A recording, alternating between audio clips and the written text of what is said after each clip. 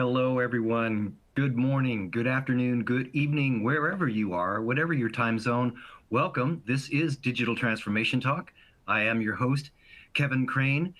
And listen, I am coming to you from downtown Portland, Oregon at the Marriott Hotel because here in the Pacific Northwest and indeed across the United States, we have been slammed with a historic deep freeze. Portland here is under about a quarter of an inch of ice, and many of us are without power. And that's why I'm here today, at the beautiful downtown Marriott to bring you this show. I want to thank the folks, the team at Business Reporter, who have been working so hard behind the scenes to get us here to this moment. And I want to thank Jeff White for standing in with for me yesterday for the episode yesterday. Thank you, everyone, for your hard work. We are going to soldier on today. We are here today with the second in a series of 3 special episodes where we will be featuring a focus on events happening at the World Economic Forum in Davos, Switzerland.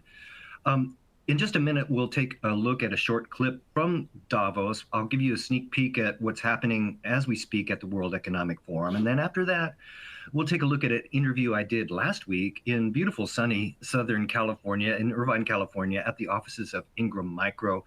I had a great panel of guests, including Sanjeev Sahu from Ingram Micro, Hans Mize from Data 41, and Ray Wong from Constellation Research. We discussed the critical need of aligning tech goals and business goals for digital transformation success. We'll get to that in just a moment, but I'm pleased to say that I do have Ray Wong with us today, live from Switzerland. Ray, are you with us? Hello. Yeah, I'm with you. How are you? What's going on? Hello, Ray. All right. Great to see you again. Thank you so much for being with us. Now, look, when we were talking just briefly before the show, you were mentioning that you felt that this World Economic Forum was sort of an unusual one. You had mentioned that many of what's really happening is sort of happening outside of the sessions. Tell us a little bit more. What is your impression from Davos, and how have things been going? Well, first of all, the people here speak and they say it's Davos.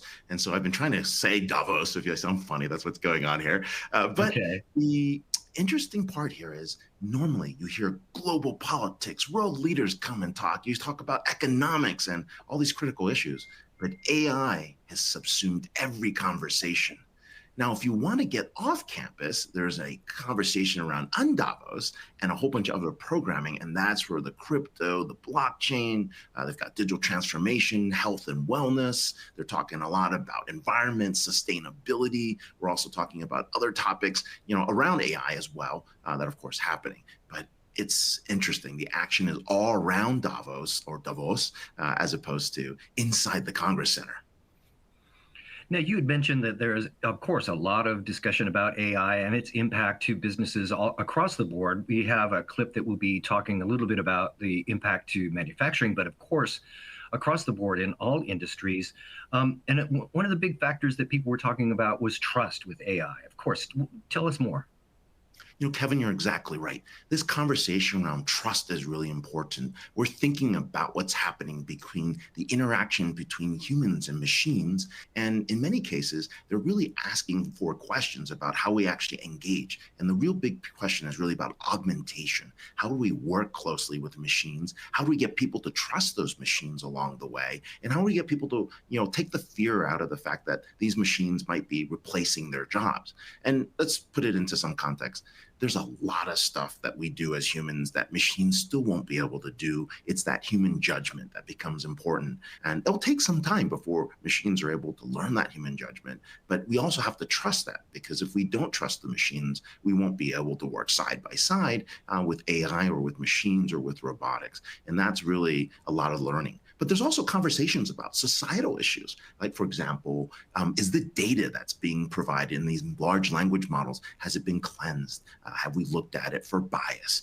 Is it, important information that might not be there? Do we augment that to a higher level degree, so that we get the right answers? And many times, that's not thought through. And people are talking about responsibility. They're talking about ethics. They're thinking about industry consortiums to be able to work with each other to share that information. And right now, there's a standard in every country. There's a standard at every company. and there's no sense of common, core values as to what you would do to actually pull them together. So maybe at the country level, we'll see some aggregation.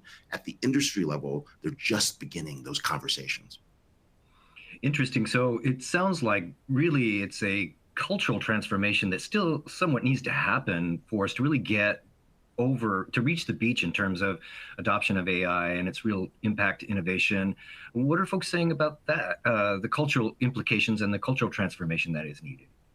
So the cultural piece, I think we'll figure out.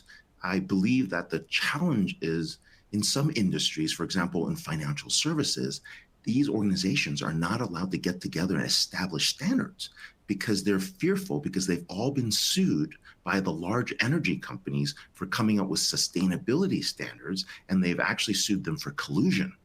Right. So now you see this interesting regulatory, environment where people are like, we should really be getting together to set standards because these are important.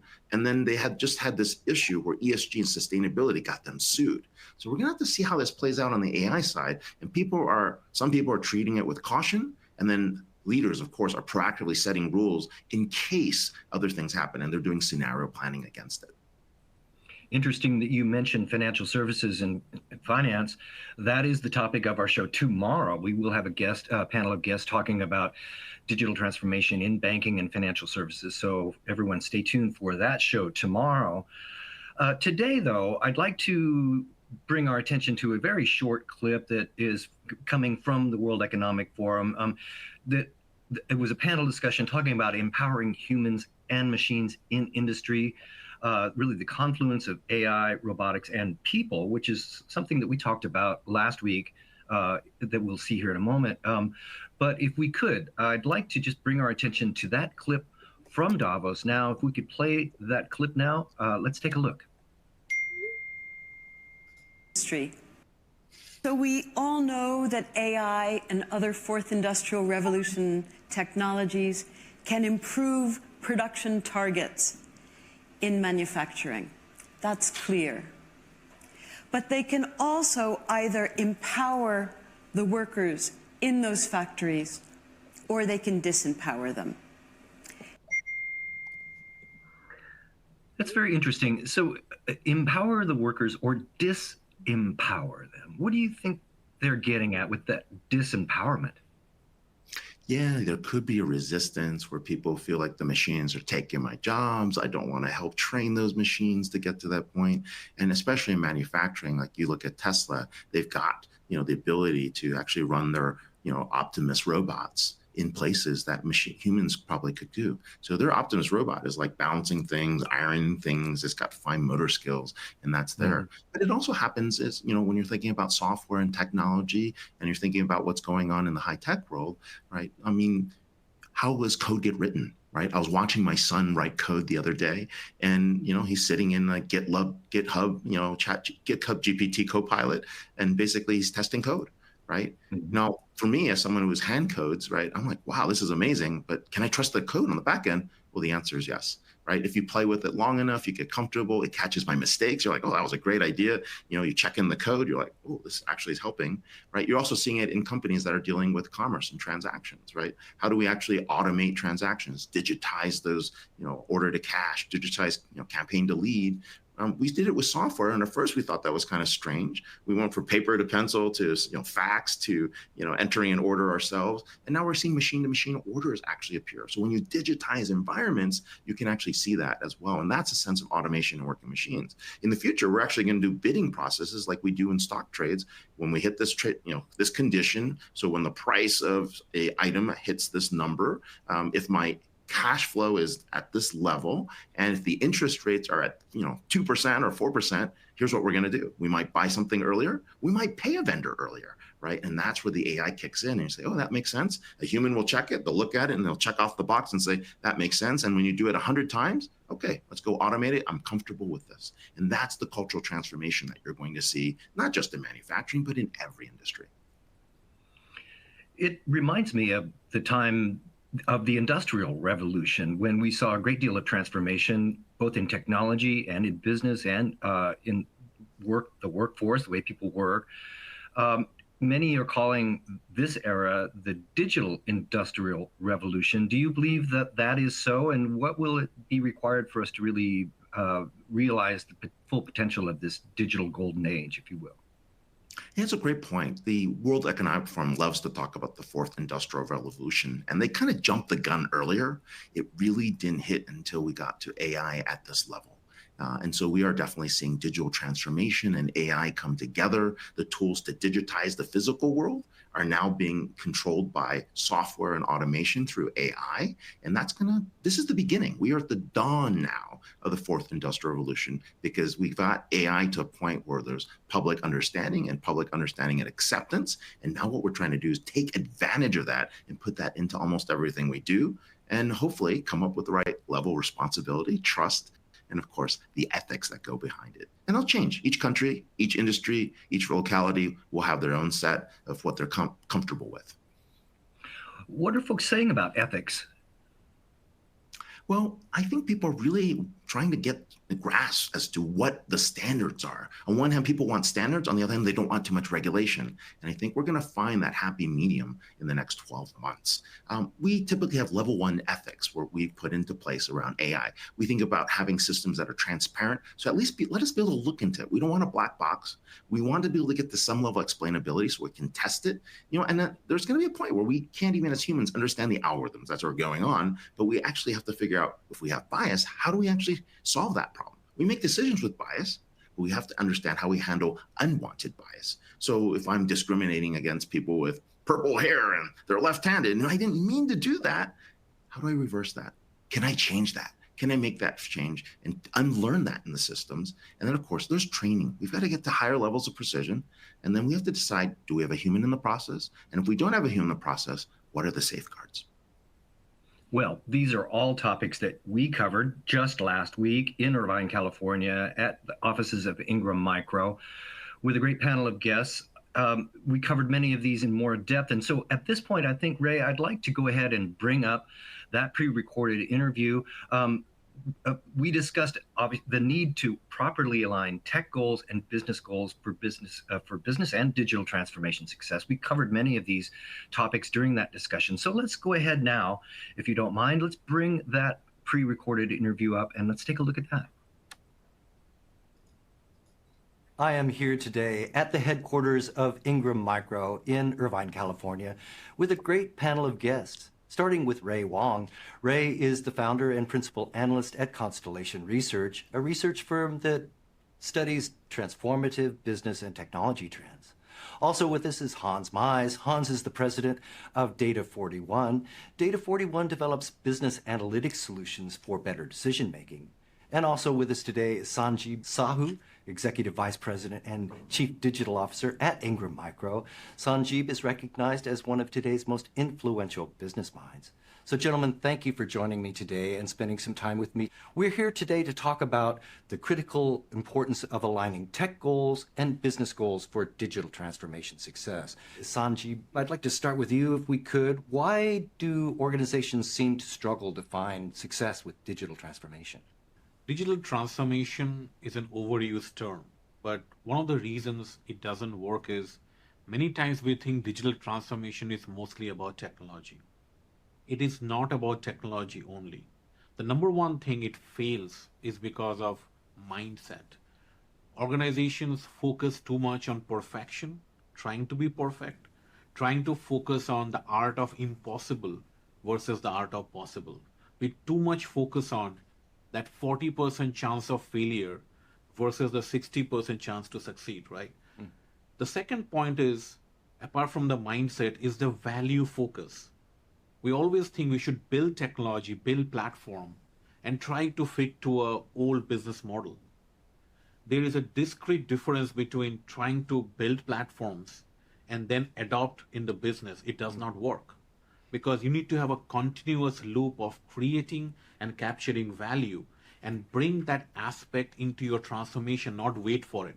You cannot wait for building technology and then trying to adopt technology, because the markets change all the time. Now, Ray, the failure rate of digital transformation is quite high, sometimes 70, 80%, even more. Does this correlate with your research as well?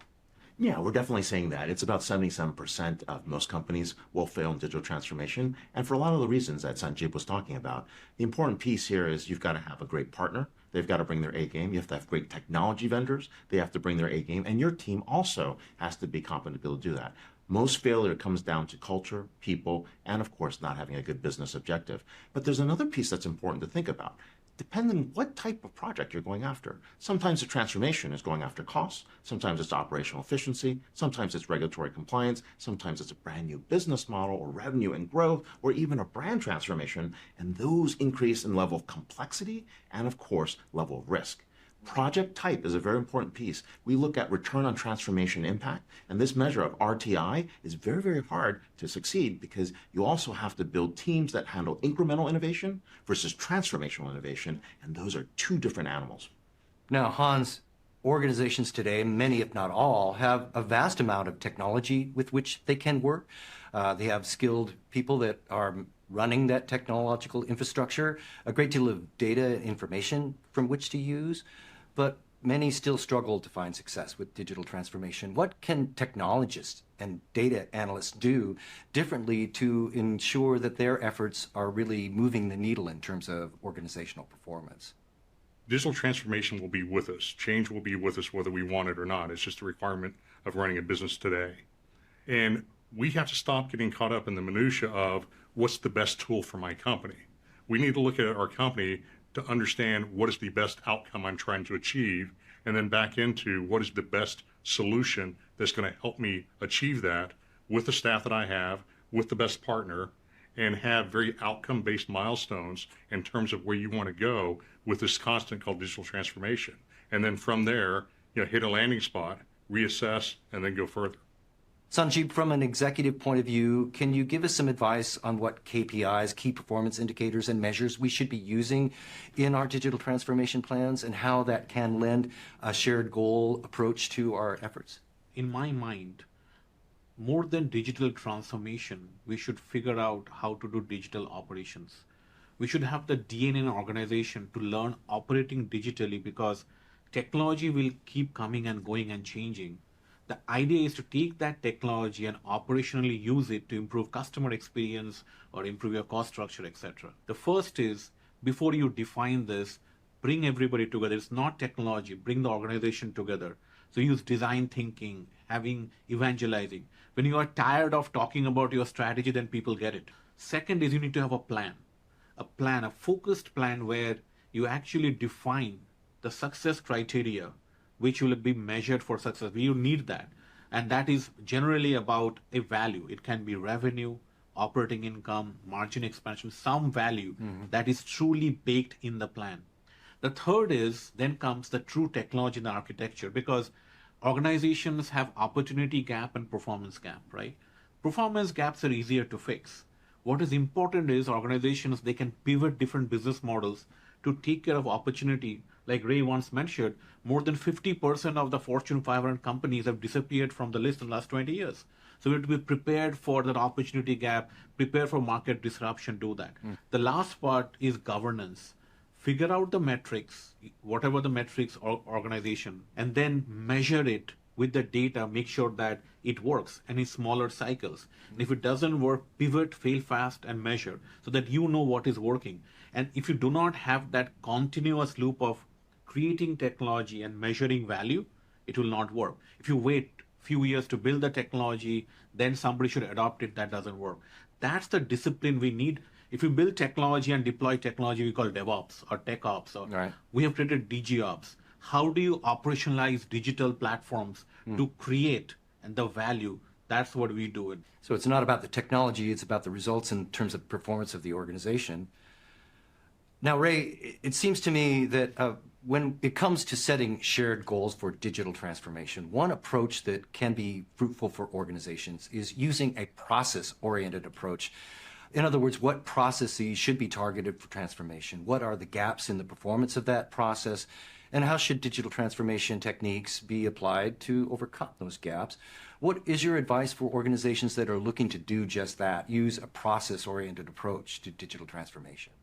Yeah, I actually think it's important to align that process to a business model that is going to be successful. What we're really trying to get to is what we call return on transformation impact, right? That's cost, that's benefit, that's probability of success, and that's the project type.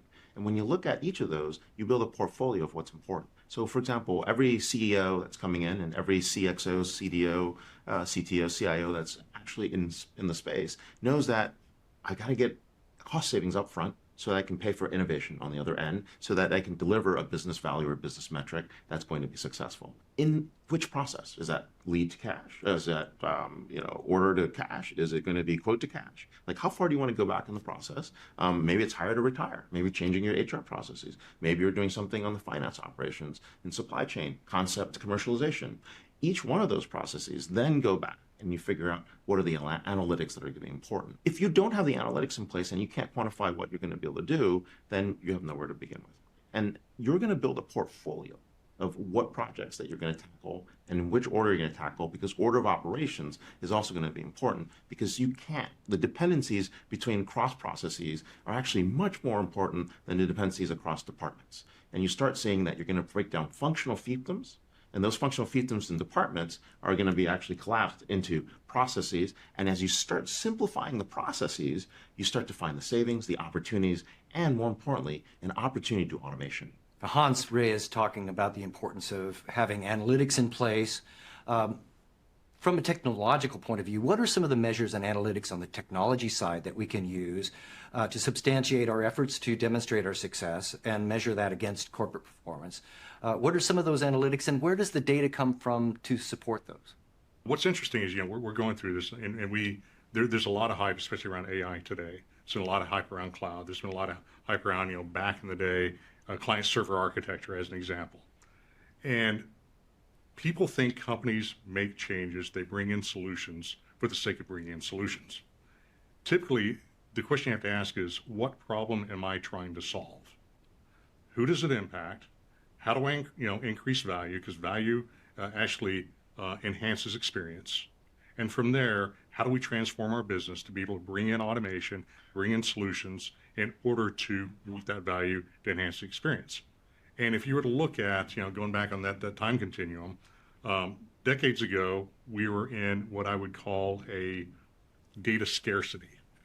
We were putting in ERP systems to basically automate basic transactions. And those basic transactions brought in certain amounts of data, certain types of data that were basically done on paper before. A bit of a transformation process to go there. Now, with the proliferation of the internet, mobile devices, cloud, you name it, we have an overabundance of data. So going back to the analytics, you need to have an understanding of what data you need. You need to have an understanding of where it's coming from. You need to have an understanding of what outcome I'm trying to accomplish. You need to have an understanding of what problem I'm trying to solve. And the most important aspect of all of this in an organization is you've got to have an executive visionary, and they have to be involved through the entire process.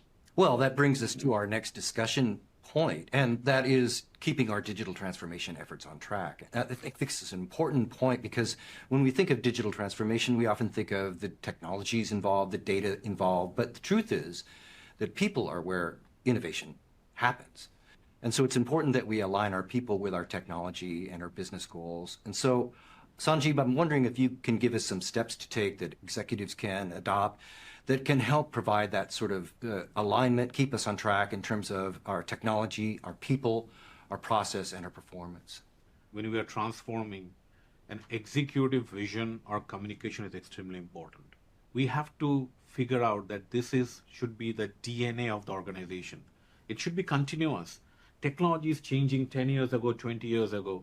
How do we take this evolving technology, process, experience to constantly create value for your current business, be disruption proof, and then keep on figuring it out how you can move ahead in the organization? That is the culture shift. And perfection is the biggest enemy for progress and transformation and innovation. You can build the best technology in the world.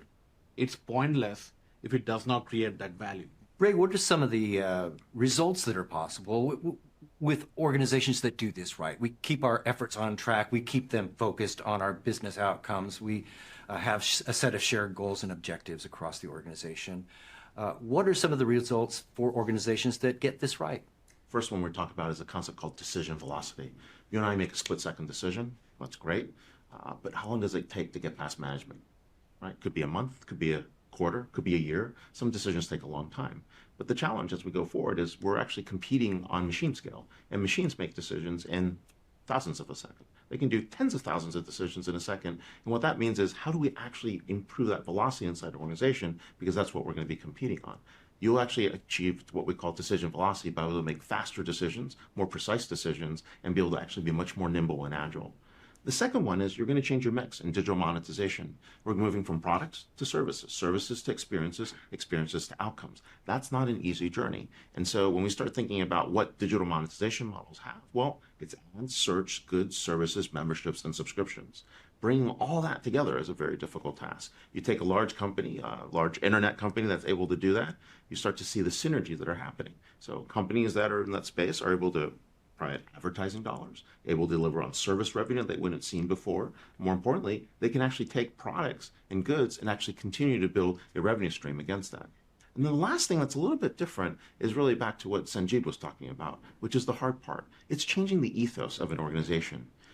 You're moving from thinking about, serving a customer to being able to serve at marketplaces. You're moving from serving the ability to actually deliver on quality, but then deliver on a movement and an outcome.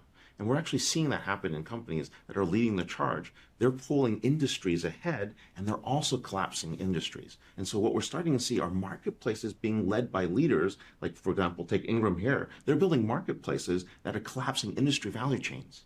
And those industry value chains of what you traditionally would see in different parts of the ecosystem of technology are suddenly being pulled up into new sets of marketplaces and leading new types of movements in terms of what the expectations are for delivery, expectations are for quality of service, expectations in terms of price and dynamic pricing capabilities, and more importantly, what the level of commitment and services do you want to pay for? Those opportunities are now available everywhere.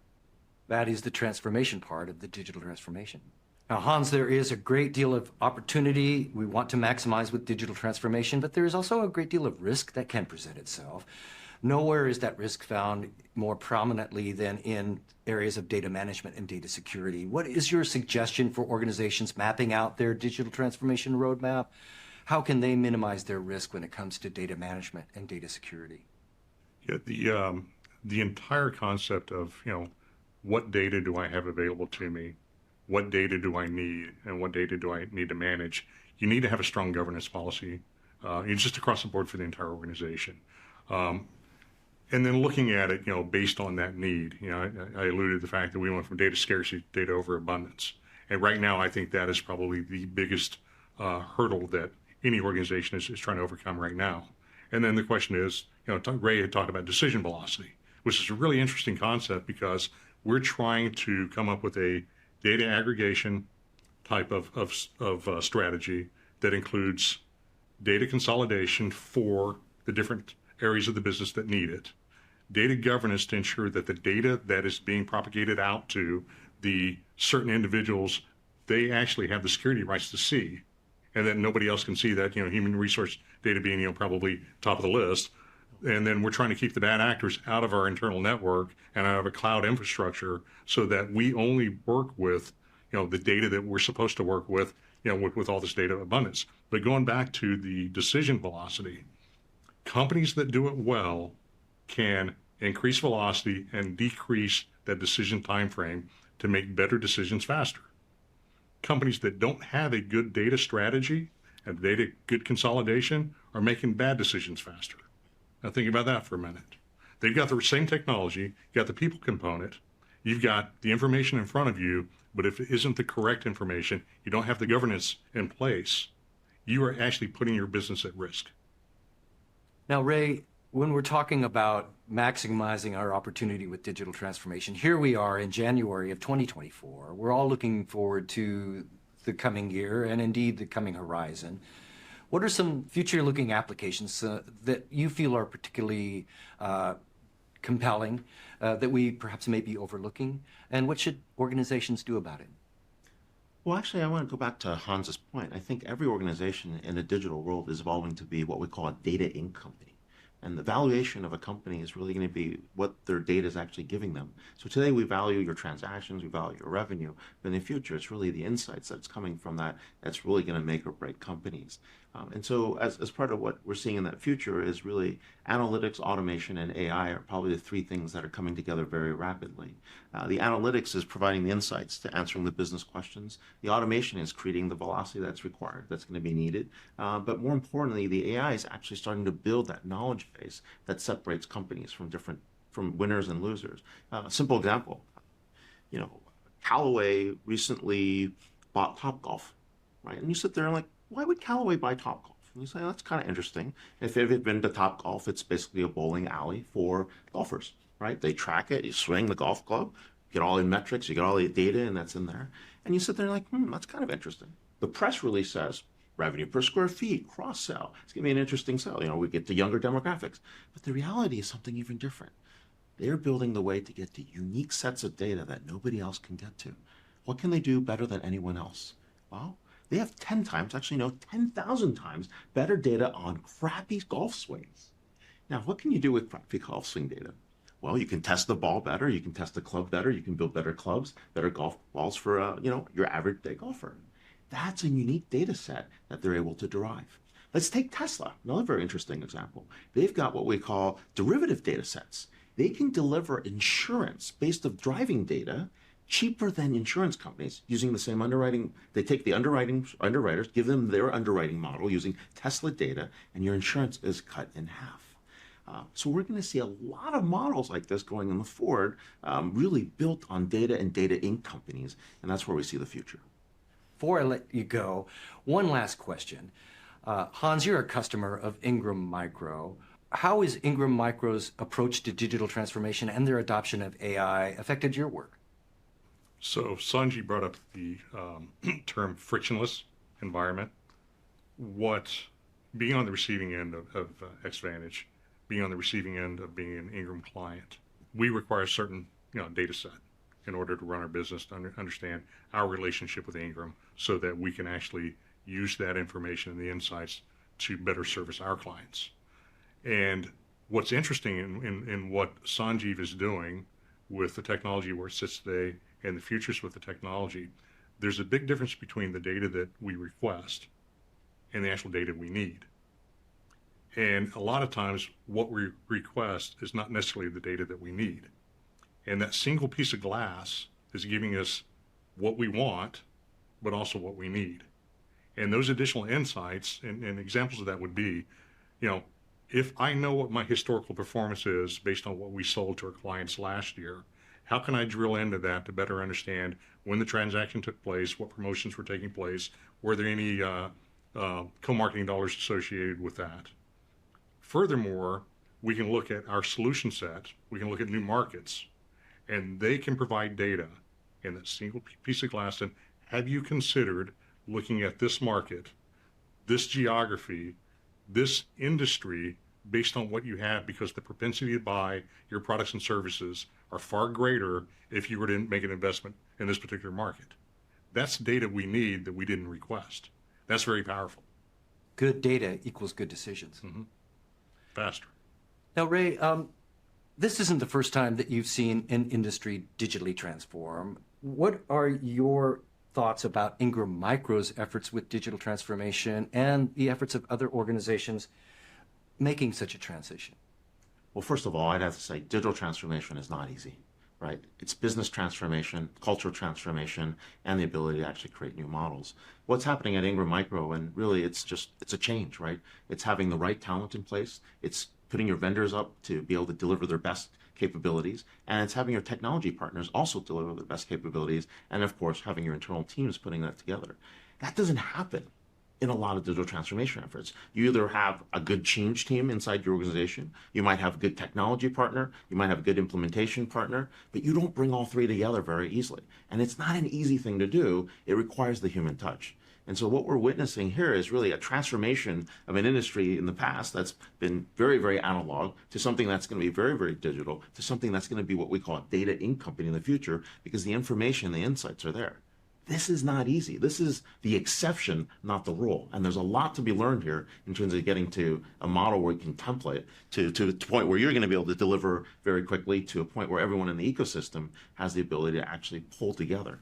And that's why I'm saying they're creating markets. They're activating a movement around markets, which is not your normal digital transformation project.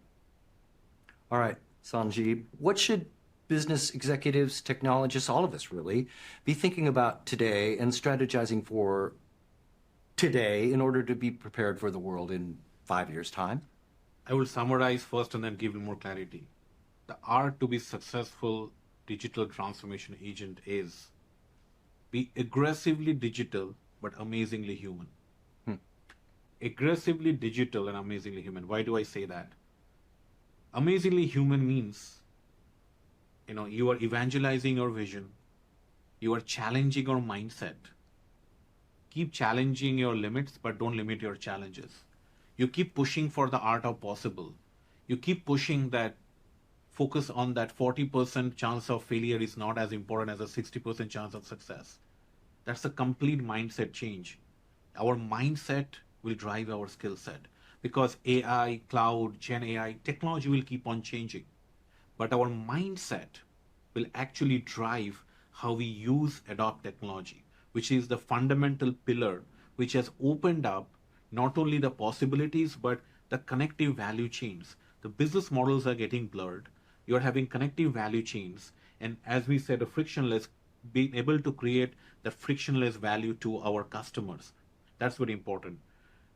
What we need to also think about aggressively digital is there isn't a stop sign to transformation.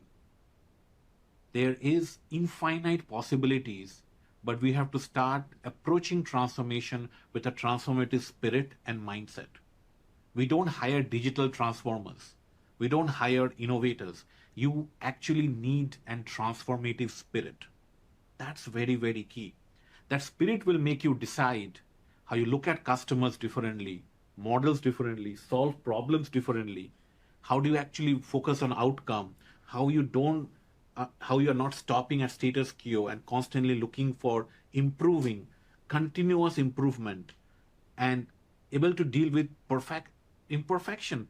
Imperfection is okay, but keep moving, and then match it to technology, process, and people to constantly create value. The last thing I will say is adoption of digital technology and platform is not an option. The moment you have adoption as an option, it will not work. So start with the value, start with the customer and reverse engineer. Figure out the problems, use technology to solve your problems, but always stand up for value. Everybody should be a CVO, a Chief Value Officer. That's the best lens to have any transformation. It will not stop. It might fail in smaller cycles, but you have to have the spirit of moving fast and challenging yourself and driving value. What a great conversation. I have been here at the headquarters of Ingram Micro in Irvine, California, with a great panel of guests. Hans Mize from Data 41, Ray Wong from Constellation Research, and Sanjeev Sahu, Executive Vice President from Ingram Micro. Gentlemen, thank you for spending some time with me today. I hope we get a chance to talk again soon. Thank you very much. Thank you very much.